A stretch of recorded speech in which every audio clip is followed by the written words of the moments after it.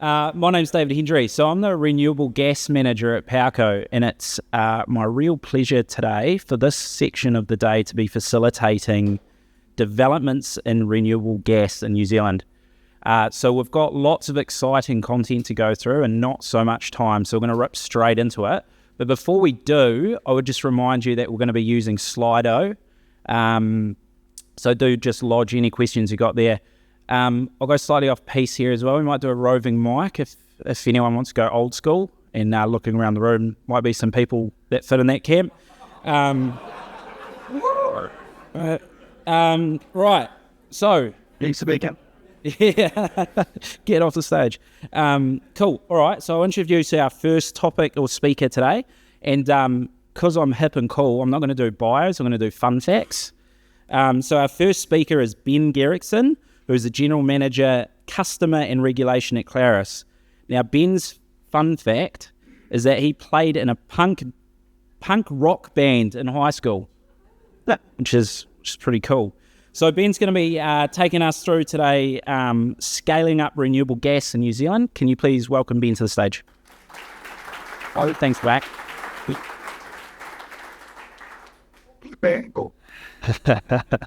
Kia ora tātou, ngā mihi kia tātou. Thanks for that intro, David. Yeah, I'm sure my band was familiar to all of you who grew up in the Hamilton punk rock scene of the late 90s.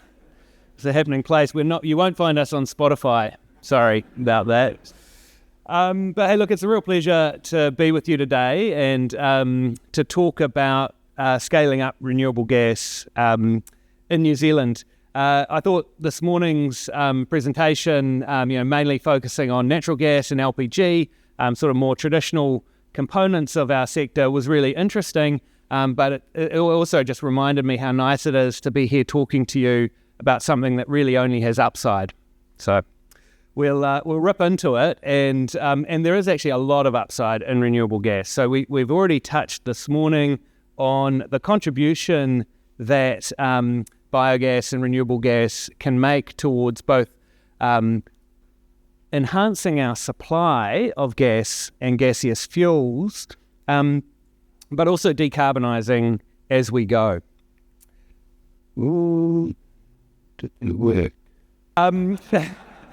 So basically the structure of my presentation, I'm going to talk about the supply of renewable gas. Oh, look at that. First, then I'm going to talk about the demand for renewable gas. And finally, I'm going to just leave you with a little bit of what's next in the sector. So how do we take the components of supply and this growing fuel, match it with demand, and ultimately scale up our production of renewable gas? One thing I should also say at the start of this presentation is I'm really focusing on biogas and biomethane today. There are other sources of renewable gas, and some of the other presenters might touch on these, obviously green hydrogen, synthetic natural gas, gasification of wood, etc. Thank you. But really, the near-term opportunity that we see in biogas is, I guess, the opportunity we see in front of us to scale up. So in terms of renewable gas supply, really it all starts with feedstock and organic waste feedstock. So there has been a couple of studies done now. Firstly, Becker in 2021 did a study estimating sort of 15 to 20 PJs of organic waste feedstock that could be turned into biogas. Together with PowerCo and EcoGas, we commissioned a study from Bluenemy last year, which is on our websites, which kind of focused really around the North Island feedstocks and estimated around 13 petajoules of untapped biogas resource across agricultural, wastewater, landfills, both municipal and industrial wastes. So this is a pretty significant resource, and I think one thing I really wanted to point out here was the importance of the agricultural sector. So you can see that of that 13 petajoules, roughly half of it requires input from agricultural wastes. Happily in New Zealand, we have a significant agricultural industry that has waste management challenges, So really, biogas does present quite a unique opportunity to solve multiple challenges at the same time, but it really does require the engagement of the agricultural sector. Just to put this sort of volume in context, because one thing we often hear is, oh yeah, 10, 20 PJs, that's nice, but we're currently running a 100 petajoule plus gas industry. This is not a sufficient scale to solve the whole problem or the whole challenge of decarbonising the gas industry, which is true, but it is a really important contribution, and I've put that into context of 2023's gas supply, around about 9% of total gas supply, 25% of industrial gas demand, 40% of electricity generation demand, and almost double the residential gas demand in New Zealand. So it really depends on which market segment you're targeting, and I'll come back to that a bit later. But in any event, I think we can all agree from the discussion this morning that any kind of source of energy, any diversification of our supply sources would be valuable. What we asked Blunami to do is to kind of put those feedstocks, map them against our existing gas pipeline networks.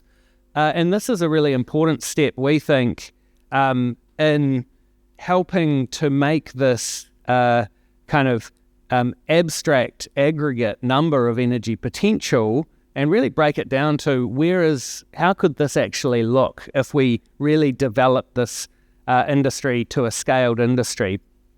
Each of the dots on this slide kind of represent a biogas facility that aggregates wastes from two different radii around the organic waste site. So basically, the concept here is very much the concept that's applied in Europe, which is that you need to aggregate industrial and commercial organic wastes and municipal organic wastes into a single site and really get the scale into your biogas facility. Obviously, this then makes pipeline connections viable and ultimately plays a really key role in decarbonising gas networks. It also optimises the distances that you're transporting waste, which can be a really key cost in these projects. I said the sector has a lot of upside potential, and we're starting to see that already. So the build-out of this network of regional facilities has already started with the EcoGas facility at Reparoa. So the recycling facility opened in 2023. Many of you in this room will have had the chance to visit that facility. It's a great facility. I'm sure Elzbieta will talk a bit more about it later. But if you do get the chance, it's a really great demonstration of what's possible in this space. At Clarus, we've been contributing towards this project in terms of the biogas upgrading facility and injection into the pipeline network. And this is just a visual of the kind of biogas upgrading equipment and the pipeline connection. The anaerobic digestion tanks are in the back. And momentum around this is building. I think from our perspective, and I think from the industry's perspective, if we stop at a single site, that would be disappointing. Really, we need to build momentum into the sector in order to scale it up and achieve its potential. So I was really delighted to hear PowerCo's announcement earlier this year that they're looking into some sites in the Manawatu, which I think, again, James might talk about this in his presentation in a bit, really kind of complements what we're doing at Clarus in terms of looking at other sites across our networks. The key challenge with scaling up this industry is around the economics, is around the cost of supplying this gas and the willingness to pay from users the cost of producing renewable gas. On the left-hand side of this slide, I've put a graph from some work that Becca did for the gas industry company last year. They put it out, this green stepped line, which you can see starts at around $10 a gigajoule and sort of accelerates towards $70-80 a gigajoule at the top end. And I've also put the current wholesale gas price at around about $12 a gigajoule, including carbon. That's not the wholesale gas price of July, August this year, which was more at the top end of that green line. So it all depends what market you're playing in. I guess what I've then done is tried to kind of test those estimates against what we've seen already from projects that have been delivered in Europe. So the right-hand graph comes from a report out of Europe that looked at biogas facilities of different scale. So the larger, it kind of goes from the smaller scale facilities on the left through to the larger scale facilities on the right. And you can see some economies of scale again in these facilities with the cost decreasing as you aggregate more feedstock and you get more scale. So those numbers are in euros per megawatt hour. I've just converted those into dollars per gigajoule, New Zealand dollars per gigajoule, and sort of put that zone of renewable gas production costs on that left-hand side. And what you can see is it sort of ranges from the high 20s to the high 40s. So you're sort of looking at $28 to $48 a gigajoule if we can match what's been done in Europe. So anyway, I think that's clearly a premium on the current wholesale gas price, but this is a fuel with different attributes and obviously much lower carbon. Okay, so that's the sort of supply picture, but in reality, no one's going to build these facilities unless someone's buying the gas. So, who might buy this gas? Really, there's kind of two broad categories of biogas consumption and use. Firstly, on-site. So the image shown on this graph is of the Mangere wastewater treatment plant in Auckland, where they use the biogas that's generated there for internal purposes. This has some advantages. It avoids the capital costs of a lot of the upgrading and connection to the network, and it does reduce their energy bills as Watercare. The other option is what we're doing at Reparoa, a network-connected facility where you upgrade the biogas and stick it into the network. The main benefit that I see to doing that, the main justification for that additional capital cost, is that you're accessing 300,000 gas users that are already connected to these networks. And so to the extent that any of those consumers has a higher willingness to pay for this product than what you do, if you're the industrial party that's generating the biogas, then there's an economic play to be had there. It also maximises carbon reduction, particularly if you're otherwise using the biogas for electricity generation. As we know, New Zealand has a highly renewable electricity grid. So if you can displace natural gas with biogas, that has a higher carbon impact than displacing renewable electricity. The graph on this slide just shows, again from Europe, what percentage of their facilities are being connected to the grid. And it's, that 58% is distribution connected and the purple 17% is transmission connected. So roughly, 75% of these facilities are being connected to networks there. Okay, so who's going to buy this stuff? Well, we've already talked a little bit about Methanex and the role they play in the industry here in New Zealand. And they are one of the potential buyers of biomethane. The news article that I've clipped here is a statement from Maersk about their plans and early moves into the biomethanol space. So they have the world's first biomethanol container ship. What they've said is the first of many. So this could be a really exciting development for us here in New Zealand if we can become a supplier of these types of fuels to international parties like Maersk. I think what's really interesting to me is the opportunity that this could create to access some of the subsidy money that's going into decarbonisation offshore.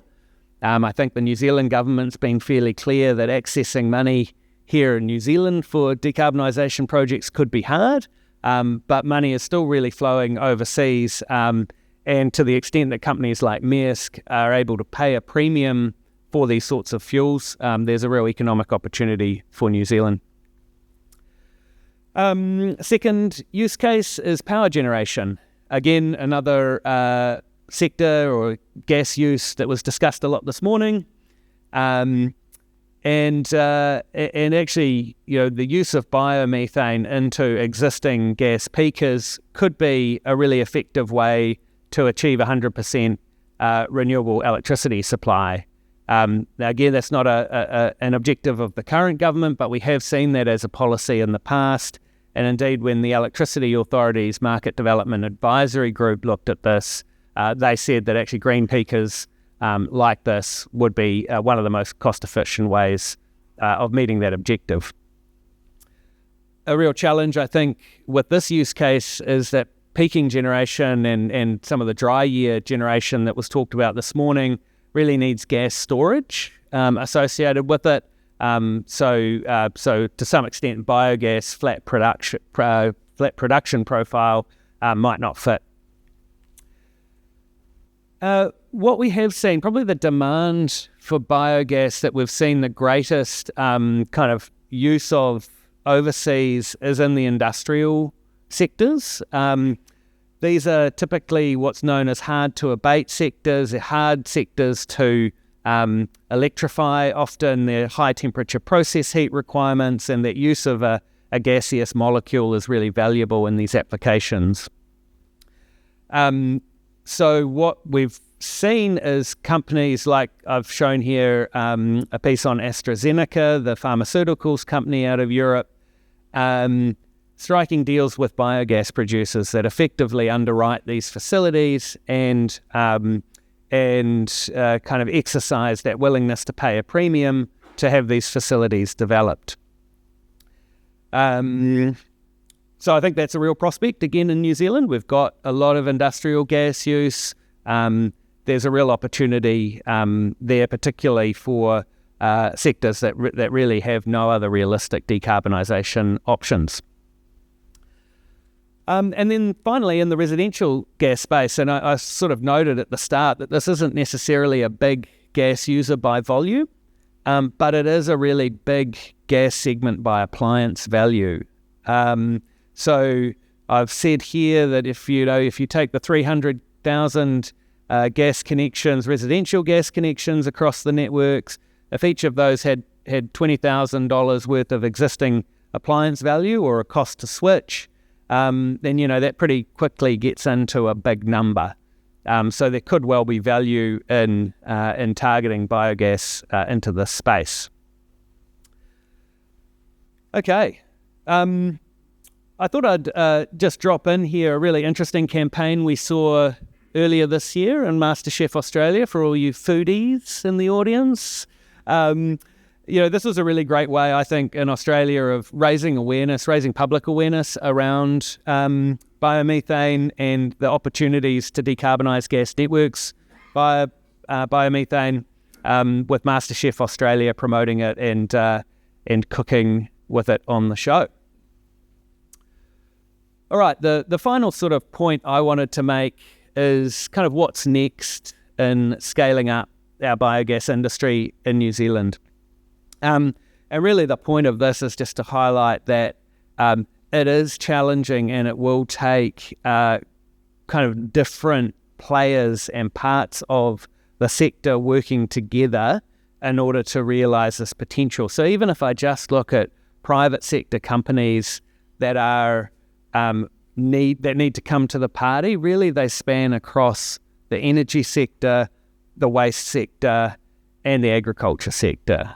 We need those three sectors to somehow work together in order to harness the feedstock we have, and in order to ultimately turn it into valuable products.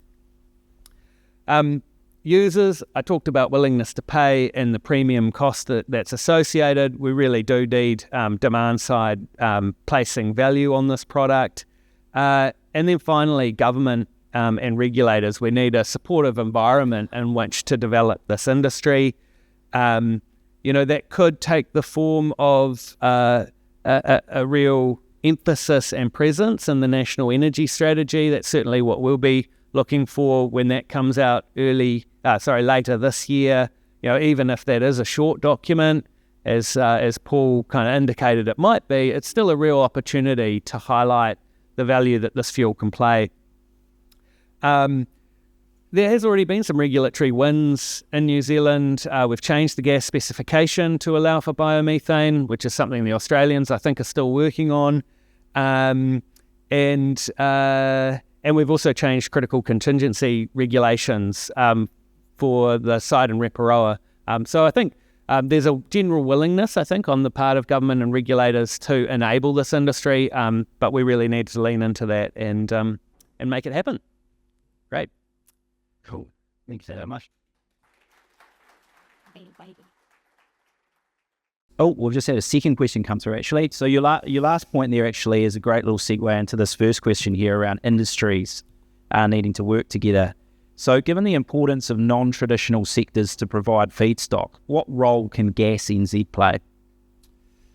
I think GasNZ, I'd like to see it play a coordinating role across peak bodies, I think, with those other sectors. So I mentioned the fact that, my sense is the agricultural sector in New Zealand is not sufficiently engaged in this as a solution and as a priority. So I think, working with, whether it's Dairy NZ, Federated Farmers, those sorts of groups to kind of bring them to the table and equally local government is a key player, controlling municipal wastewater treatment plants. So working with local government, New Zealand as well, to really kind of put this on the radar and highlight the opportunity. Yeah, nice one. Okay, your final question. How do we incentivise co-location of end users for biogas production to minimise capital cost to get biogas to end users? Just a real simple question, that one. So co-location of the user of the biogas or the generator of the feedstock? It says user. Yeah, because I think in many ways probably the bigger challenge is the co-location of the feedstock. At the feedstock end, I think aggregating that and getting scale is a challenge. But it's amazing. We have parts of New Zealand where they are quite heavy on organic feedstocks. There's a number of facilities that are within a stone's throw of each other that themselves produce a lot of organic waste, but don't talk to each other and deal with their waste in their own ways. It's sort of a New Zealand classic, almost like kind of, I don't know if it's for reasons of competition that, the Tatua dairy factory has not talked to the Fonterra Waitoa factory but there are areas of New Zealand where there's a lot of intensity in our agricultural sector that I think, we just need a bit better coordination at that end. But I think the point on the user side is, as soon as you've connected these facilities to a network, it's job done. Users can be where they are and the gas will flow. So fantastic. Thanks so much, Ben. And if everyone can give Ben a round of applause. Thank you.